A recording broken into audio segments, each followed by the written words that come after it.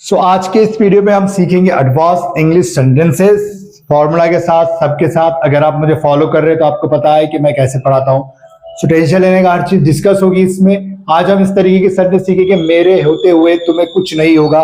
कहीं पर है आप और आगे वाले को बोल रहे कि डरने की जरूरत नहीं है।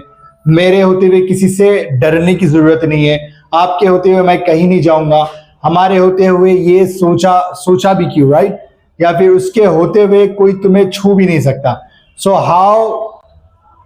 how to make these sentences today we are going to learn in this video, right? If you are with someone else and you are saying you do not have to worry about because I'm with you, in that sense which advanced structure you have to use today we are going to discuss in this video, right? So this is the thing, in लगाना है possessive pronoun। अब क्या है possessive pronoun? Example sentence से बताऊंगा।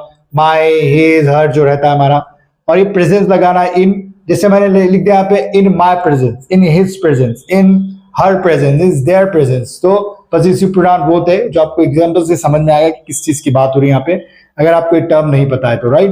सो मेरे होते हुए, राइट?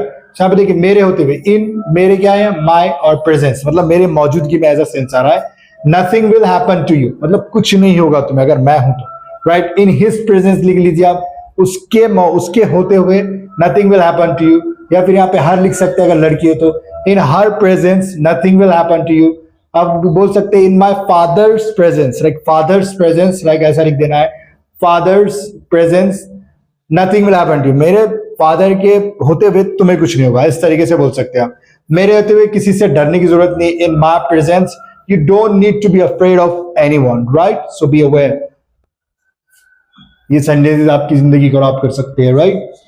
सो यहाँ पर है where do I go in your presence, मतलब आपके होते हुए मैं कहाँ जाऊंगा, राइट? इस तरह से डिपेंडेंसी को बता रहा है एक तरह से। इन your presence I will not go anywhere, right? तुम्हारे होते हुए मैं कहीं नहीं जाऊंगा, क्या देने वाले हो तुम्हें? In our presence why do you even think this, हमारे होते हुए तुमने ऐसा सोचा भी कैसे, right? Nothing will happen to you, nothing will happen to me in your presence, मुझे कुछ नहीं होगा तुम्हारे होते हुए, होगा सब होगा। उसके होते हुए कोई तुम्हें छू भी नहीं सकता। In his presence no one can even touch you.